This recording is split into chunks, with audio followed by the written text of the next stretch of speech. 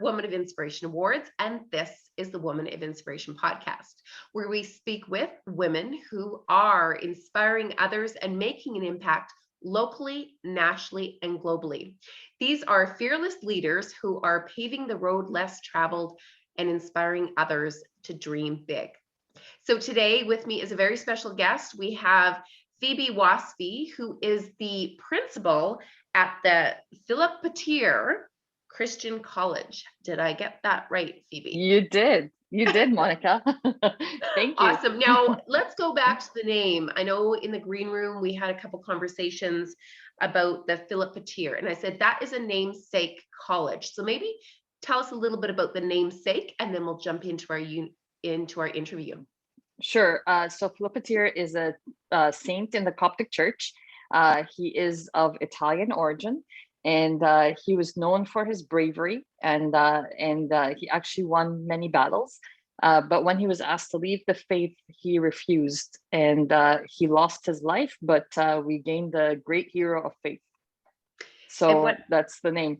What a great foundation for a school with such a heroic person as a namesake. So I want to, you have so much to offer for this conversation today. I know that in the green room, we started going off and having great conversation. And I said, we need to have this recorded, Phoebe, because your experiences, your leadership, your connections to your roots in Egypt, and bringing that to Canada is very significant for the work that you're doing here for not only the students in your school, but also as a representative of an Arabian woman. Mm-hmm. So let's start with the story for the listeners. You immigrated to Canada at the age of 9. Correct. We immigrated to North America at the age of 9. I lived in Seattle with my family for 14 months, and then we moved to Canada right before my 10th birthday. And so I've been here since then. Grew up in Mississauga. Never left Mississauga since we came, although it was supposed to be a short transit for my dad to kind of. My dad is a Coptic Orthodox priest, and we are the Egyptian Christians of Egypt. And so my dad was asked by the church leadership at that time to come and just serve for a couple of months here. The couple of months now have been about 33 years. So ever since, grew up in Mississauga, proud to be a Canadian Egyptian. Amazing story. And so I know that one of the questions that I had for you is, and I'm going to get into some of your achievements, but, as a 12-year-old girl, Phoebe, what did you want to do when you grew up? Actually, Monica, I don't remember when it started. It for sure was way before 12 years old, but my biggest dream as a child was to become a teacher. Mm-hmm. I remember since I was probably in grade 1 and 2, that's like the earliest memory, all the way up till I was 12 years old. I remember at 16, when I was asked, what do you want to be when you grow up? I said, my dream is to have a school opened, a private school, because I was lucky, I guess, to be a private school kid. All my life. I've had that root and that connection, whether I was in Egypt or here in Canada. And I'm still connected to a lot of my teachers and my administration in the schools I grew up here. So that's a great place for me. So my dream at 12 and 16 and before and after was to become a teacher in a school that really inspires and educates and empowers students. And you had a significant person, your grandmother was a teacher. Yes, so a very significant person. That influence was super strong. She remained in Egypt when your family moved? Yes, she did remain in Egypt. She remained there until she passed away a few years ago. But I remember her taking the time when I was a kid and sitting with me and studying. I remember meeting her students who were my mom's age, years after they were out of her class. And they came to me and they said, and they talked about the empowerment and the impact this woman had. The fact that my grandmother was a teacher in the Middle East during the 50s, 60s, and 70s is phenomenal. And the impact she had on lives is also still, honored till today through her students. So my grandmother always played a huge role in my life. And she's been my inspiration in the teaching world. Well, that is quite significant. I hope that she was very proud of you, seeing your dream become a reality as you Yes. Start shaping the school that you had manifested from a young age of being now your principal of a school. Yeah, my grandmother actually passed away right after I became vice principal. So she did follow with me almost throughout all my, my teaching career and my administration until I became vice principal. And she passed away right at that cusp. And I remember her telling me when I saw her last time, she said, "Let your work speak for you and speak for who you are." And so every time the going gets tough, I work harder. And I remember this great lady and her inspiration. I mean, I was part of a big school that was already founded when I came in as a small teacher, but right off the bat, it was a dream. I was part of this school growing and seeing it go through from the basement of a church all the way now to a massive building, and honored to lead it for the past few years. So how does one go about becoming a principal of a school? Like you said, you entered in when they were still growing their community, their educational institution. How does one go to do that, Phoebe? What was your path? I'll be honest, Monica. Like I said from the beginning, my biggest dream was to be a teacher. I never thought about administration. Didn't think I had leadership inside me. Although I guess it was buried deep inside. And I remember starting there under the leadership of a great lady. Her name was Mrs. Delano. And she saw in me what I did not see in myself. Yes, I did a lot of church activities. I was in charge of groups and summer camps and things like that. But to actually work and take that leadership role, it started with small things like the Christmas concert, like the before and after school program, like moving me from grade 3 to be the only female teacher in the middle school section. That was a tough one with 4 male teachers there. And so she actually helped me bring out that leadership in me. And then I also studied a lot. I remember at one point my husband said to me, I don't remember seeing you without a textbook since we got married. So I did a lot of studying. I have a specialization from K to 12 in different areas. I did my principal qualification courses. Throughout everything, I stayed in the class for most of the time, which helped me understand the different perspectives, being a teacher, being an administrator, being a mom as well, because my girls went to the school. Seeing it from the different angles, I was able to formulate myself and my experiences all the way until I finished my PQPs or principal qualification courses. And then I ended up actually finishing a master's degree in educational leadership and a diploma or a certificate of higher education from Harvard. And for now, I'm pausing. For now, I'm too busy. And so that's where it stands. Well, that is a lot. And, I just recall having a podcast yesterday with their peer-to-peer jam, and they were talking about this, and they are that age. They are the age when these ideas are coming to them that this is what I want to do when I grew up, and, making decisions, like, how do I go down that path? And, it's going to be a lot of work. It is. It doesn't come easy. Right? So what kept you motivated working towards those goals and those dreams that you had? I think my passion for education, moving from Egypt to the States to Canada, I struggled as a student. I'll be very open and upfront here. I went to a school in Egypt that was run by Irish nuns. So when we first came, I spoke English quite fluently. And we weren't allowed to speak a word of Arabic in school. They spoke to us in English because their Arabic was broken Arabic, so it didn't really matter. And I remember sitting in an ESL class, because when we went to the States, you're automatically out of the country, you go straight to an ESL class. And I remember being shown a picture of a pair of pants. And I said trousers. And my teacher laughed at me and said that was not a word. And I was very young, and I still remember. And she asked another teacher, they said, that's not a word. Trousers is not a word. It's not a word in the States. It's of British origin or European origin. And I remember coming to Canada, and Marks and Spencer's was still open. And I remember reading trousers for sale. And I said, it's a word.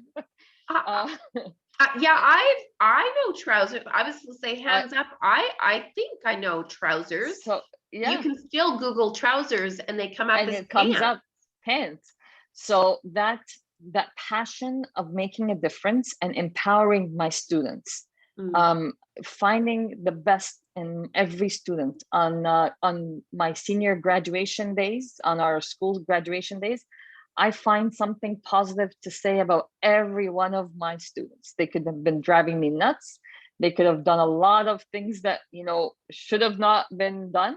But on that day, I make sure I find something so that when I send them off, they will always remember to be empowered.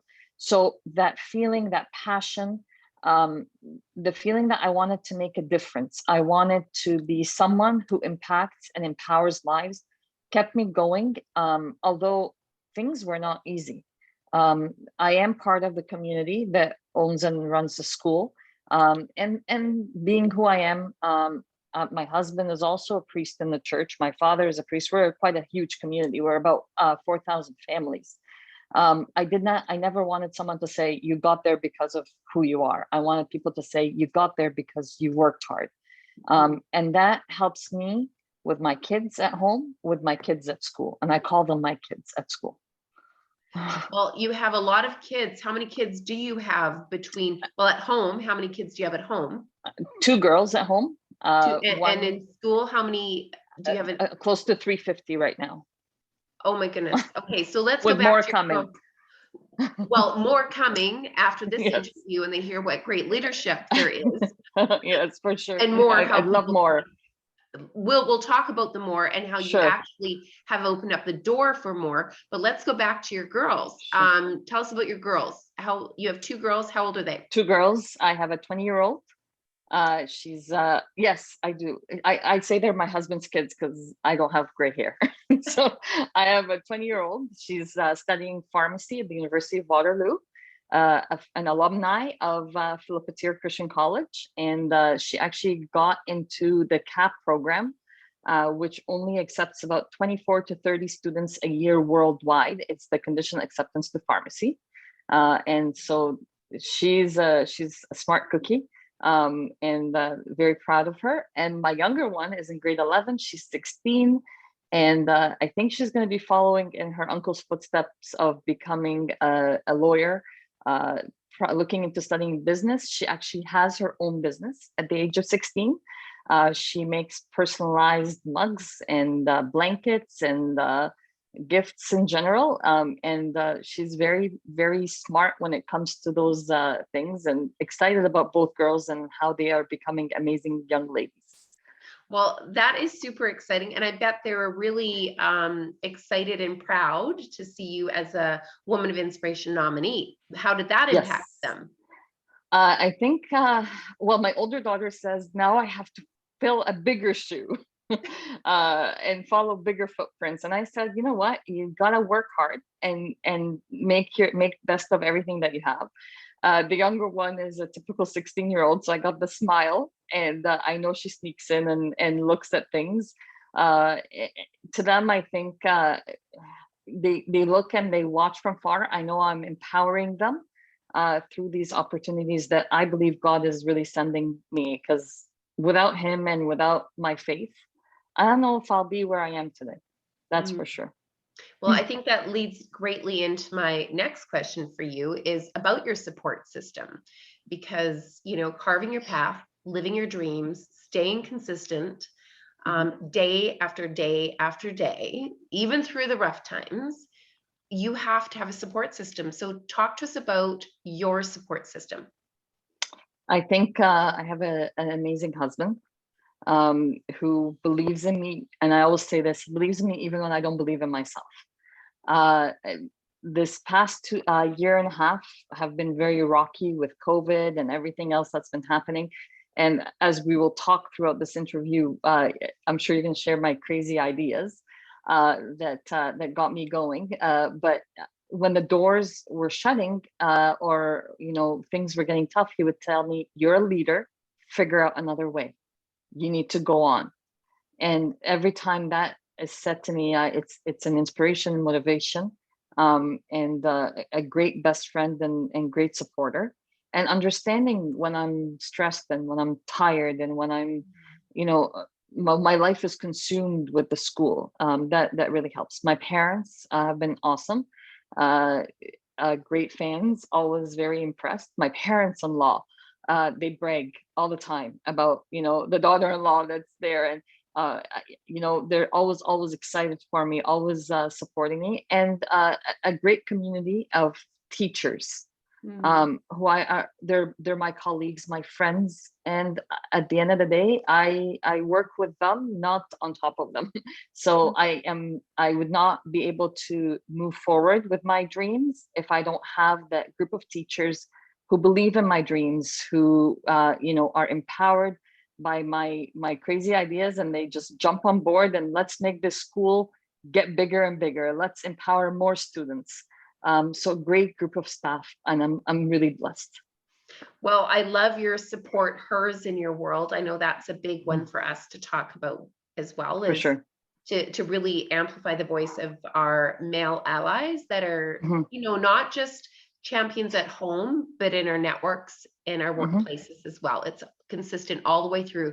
If you're a champion in one area, I guarantee you, you're a champion in all areas. For sure. That's for sure. So I want to talk about those big, crazy ideas, because that's where I love to play. You're a little bit of a visionary here. And I am. So let's unpack it a little bit, because there's a little bit of a story here. We started talking about COVID, and I was excited to hear about where you were during COVID. So let's share that with the listeners.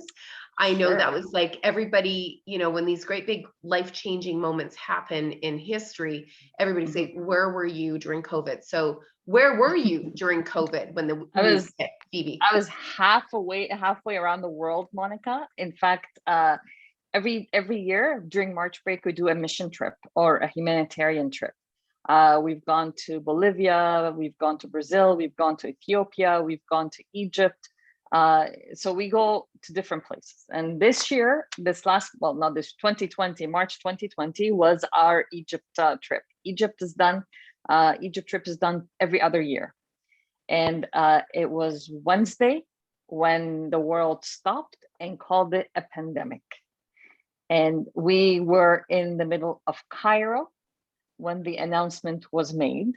I had 54 students and 54 excited and happy, bubbly teenagers who were invincible. In fact, I'm going to share something that drove me nuts about them. The world is saying pandemic, and I saw two of them share a bottle of Fanta, and I screamed. I'm like, stop. And they're like, what, miss? I'm like, you're not invincible, please. So 54 students halfway around the world. The trust I had from parents, the messages I was getting, I was informing them along the way what we were trying to do. We kept them safe. We had everything with us. We had the masks, we had our sanitizers, we had at that time we had certain medications that just in case we would have stuff with us. So we were really prepared going, but not knowing it's going to turn into a pandemic, and not with 54 teenagers. So, well, yeah, hats off to you, because how many leaders would actually take the bold move to continue to do the work to create such experiences for these kids. And you did that. And then now you've got survived the pandemic in that experience as well. So, wow, that's completely mind-blowing. When I was reading your bio and you had 54 kids and you were, in Egypt. So there's some really interesting things that you did there. I want you to share a little bit about, it wasn't all bad. You had some really cool experiences while you're waiting to find a flight to take you home. So maybe share a little bit about those experiences. Sure. Actually, it was all good, Monica. In fact, when we came back, I had asked all the students to write reflections. And this is one of my dreams. I guess I'm exposing myself right now. My dream is to actually take all these reflections, including mine, and put them in a book and talk about mission trip or God's hand during the pandemic halfway around the world. But it started, actually, we arrived on the Friday before to Cairo. We took a bus and drove about 2.5 hours to a place called Fayoum. It's a province outside Cairo. And for the first time in my life, I was informed that in Egypt, instead of going tobogganing, they go sand surfing.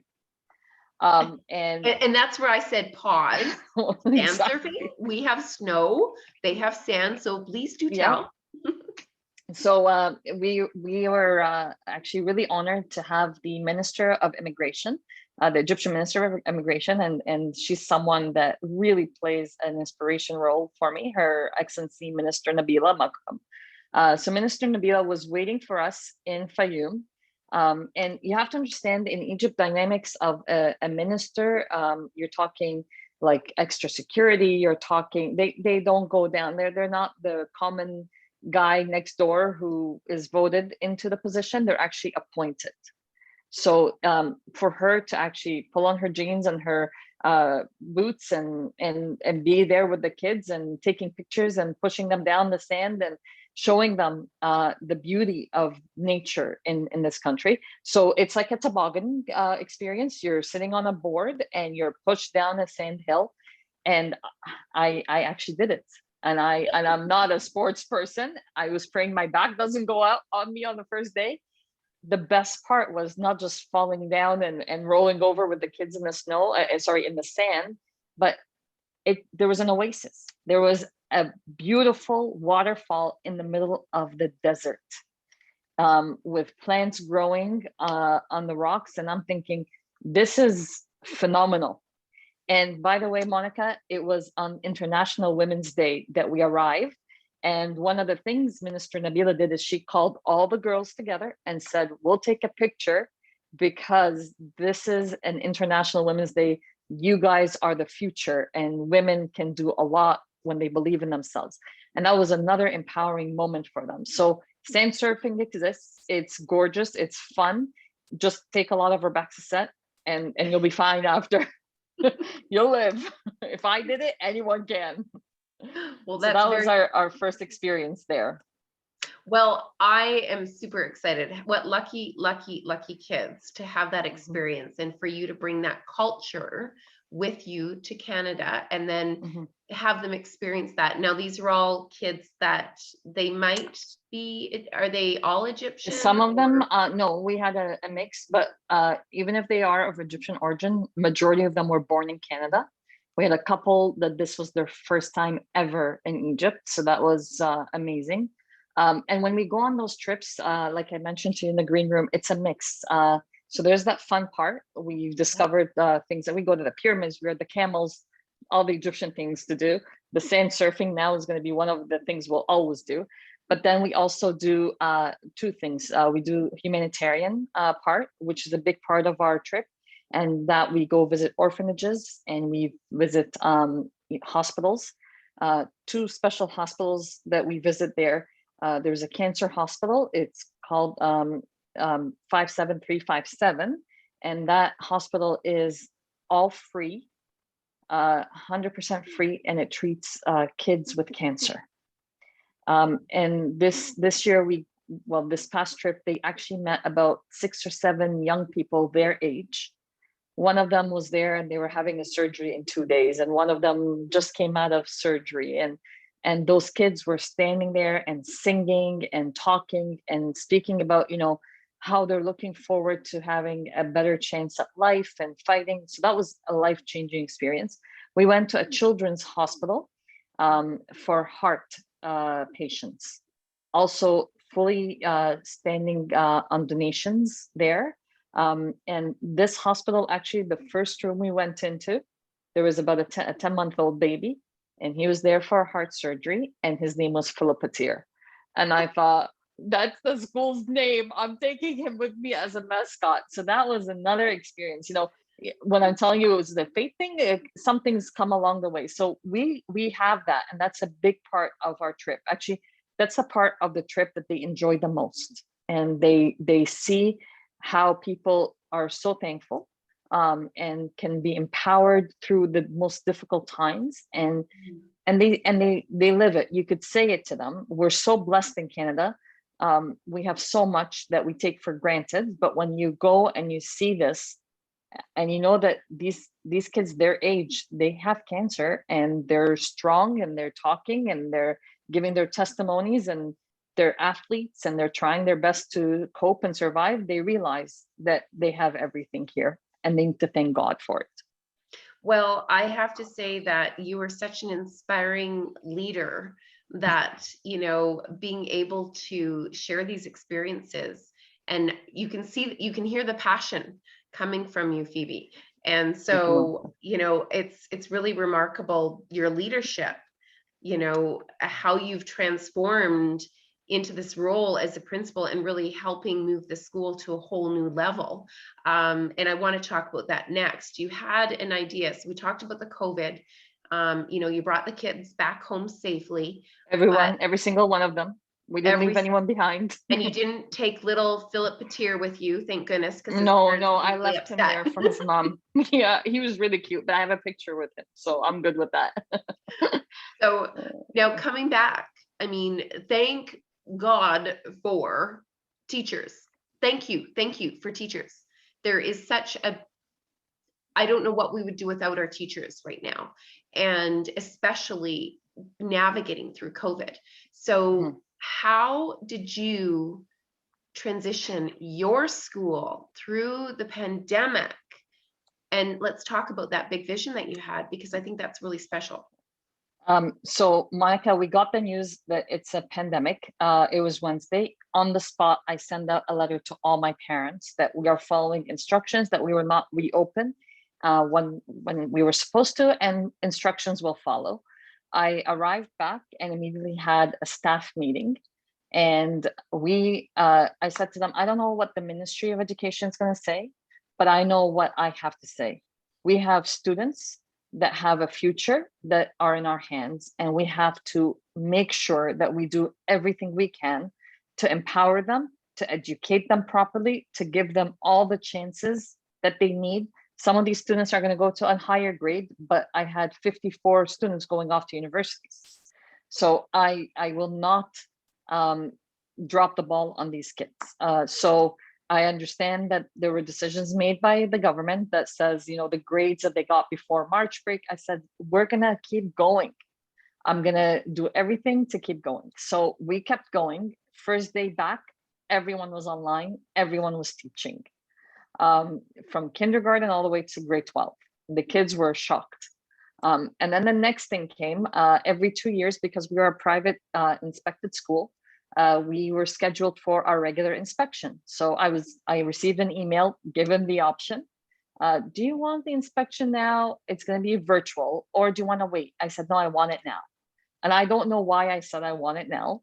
I wanted it, and let's do it. We had a full inspection. She actually watched Zoom classes, saw everything that would normally be seen in person and so on. And we passed with flying colors. And then came my crazy idea. My dream is that our school would expand and would actually eventually open offshore campuses. Ontario right now has that a little bit frozen. They are talking about it. Hopefully, when the dust settles, we'll be able to move forward with the idea. But I came up with this idea and I called the inspector and I said, I need your permission. She goes, sure. I said, I want to open a complete high school campus virtually. And she said, okay. And I said, so do you want to direct me? She goes, go to the private school manual, read the instructions there, and make sure you register the school as online on site. And the dream of being all over the world has now begun through our virtual online school. We've recorded over 1,500 hours of curriculum teaching throughout the summer. The teachers went in. We hired a producer who would actually record all the lessons and all the explanations. The teachers upload them for the students. The students meet in Zoom meetings with the teachers on a weekly basis. They have assignments. Ontario said no exams. We said we're going to have exams. So we invested in, it's all about accountability. It's all about making sure that we are doing our best for our students. I said, I don't care about the grade that comes out as much as I want to make sure those students are prepared with the idea, because I see my daughter in university, she's writing exams. So these kids are going to go off and they're going to write exams next year, and you don't want them out of the loop for so long. So we invested in different programs where we proctor the students and it's recorded and we know if they're messing up. And we're refining it and we're making sure that we're doing our very best. And now I'm happy to say, actually, in 2 days now, we've received 5 registrations for next year already for our online program. And that's before we even fully go full force advertising. Exciting. And that's grades 10, 11, 12? Grade 9 to 12, 9 to 12. So we have 15 right now. And next year we already have 5 registered. Australia, Dubai, Kuwait, Egypt, China, so far. Incredible. So how do you do the instruction? Do you have it translated into other languages? No, they're coming to receive an Ontario Secondary School diploma. So they are educated fully in English. Yeah. And most of them come from very good English background. Those who need ESL courses, we have the courses already done for them. So we do an English assessment, and then as if they are sitting in the PCC classes, same teachers are teaching online and they're teaching in class. Same assessments are done for both, same calendar, so that they feel. Even Christmas concert, we got them to read, it was the night before Christmas, and they became part of our virtual Christmas concert. They are PCC students. Amazing. Amazing. Congratulations on that huge success. And I see the writing on the wall for that just taking off, because of that's what we're hoping for. the ability now to learn. And we've just proved, I mean, online learning is not for every student. No, no, it's not. And it's not for all age groups either. So, and it's how it's done and the way it's carried forward and so on. And that takes a lot of effort from the teacher and from the student. That's why I don't know if I'd go too much younger. Maybe eventually middle school could be involved. But for now, I think high school, that's when they start taking that responsibility and accountability piece seriously. You know what it just came to mind is I see that piece being so instrumental, because bullying in schools, not that you would have bullying in your Christian school, I would hope not. We hope not. Kids are kids. I mean, kids are kids. Kids are kids, but you catch it early, you teach early, you make sure you're on top of it early, and you stop it. But unfortunately, Monica, kids are kids, adults are adults. It's how it's dealt with that's different. Well, I'd see that online platform being a little less of an environment from the transitions in this classrooms to anyways, we can talk about that forever. I just want to applaud you for your work that you're doing and for bringing that vision to life. I just see the positivity that's coming out of the COVID, and that's turning the impossible into possible. Exactly. And that's important when you are in leadership and you have that responsibility. I remember what I said about my husband, you're a leader, find a solution. And that was my way of saying, okay, you know what, COVID might close down schools. We might not be able to see face-to-face, but why don't we start our dream of getting that offshore idea, but virtually, where were here and they're all over the world, but they're now testifying to the amazing experience they're having. And more students are being, interested in this. I think it was a miracle in disguise. I'm not saying it's easy. It isn't. And like, we're waiting for an announcement right now in Ontario to see what the next little while will look like. And it's tough. It's been hard.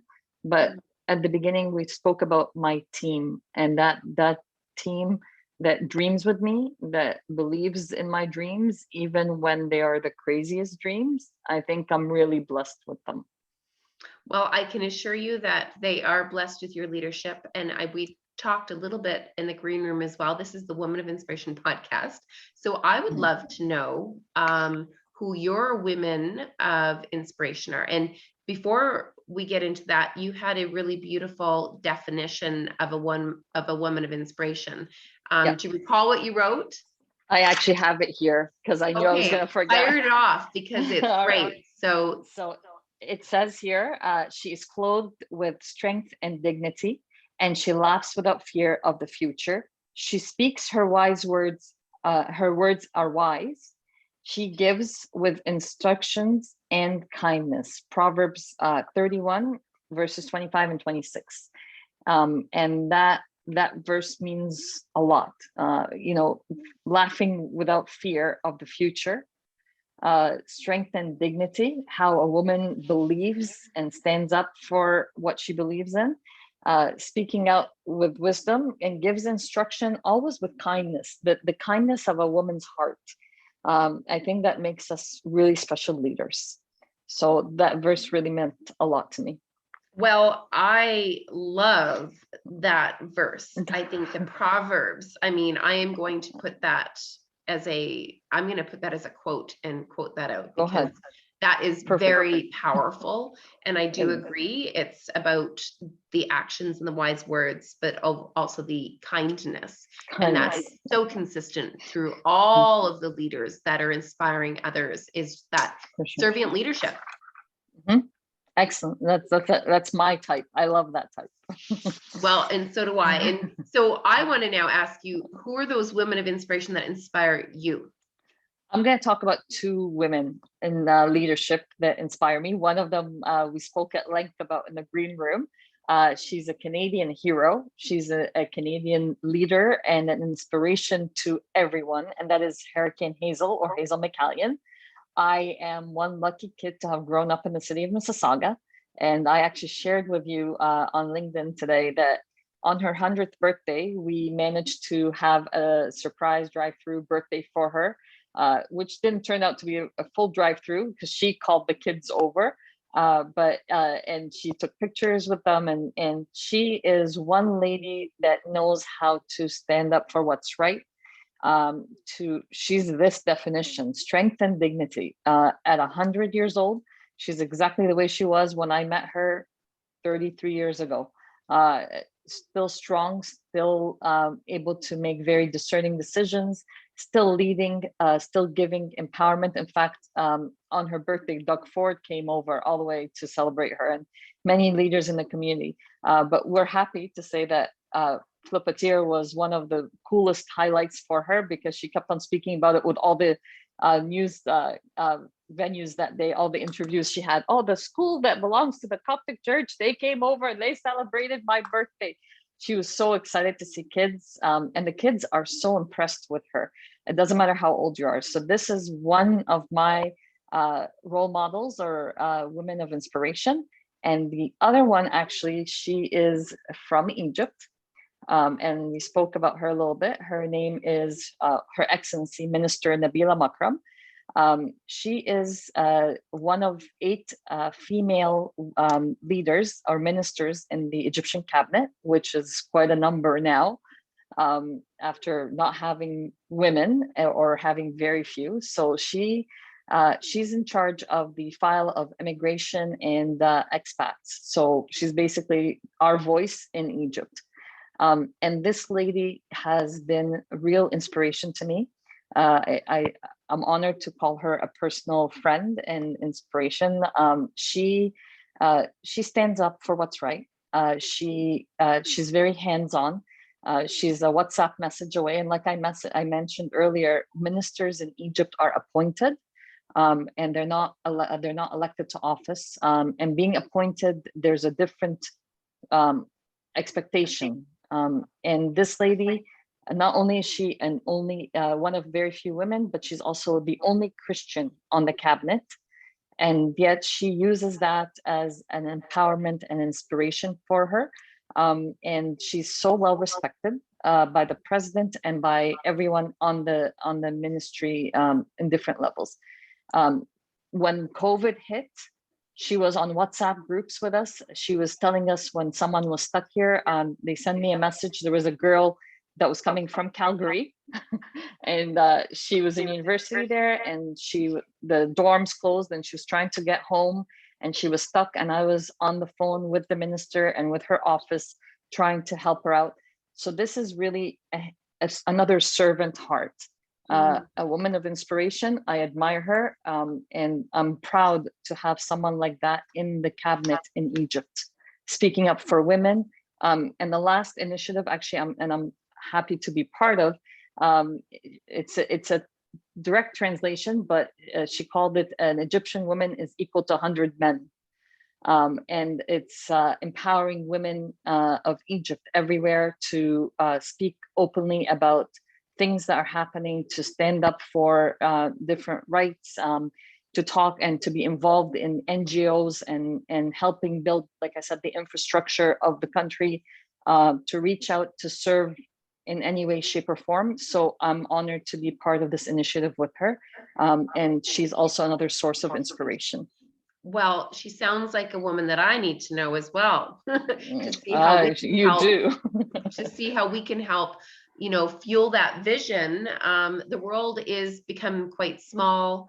It enables, us to communicate, through technical, to Zoom, to WhatsApp, just at a moment, right? As long as we've got the right time zone, we can connect with each other so easy. So I think these initiatives are super powerful that unite the world. So yes, this is the decade for women to drive change. And it is for sure about driving change.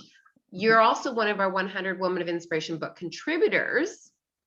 Yep. And we have 3 more to come, semi-trucks on the roadways across North America with your picture on it.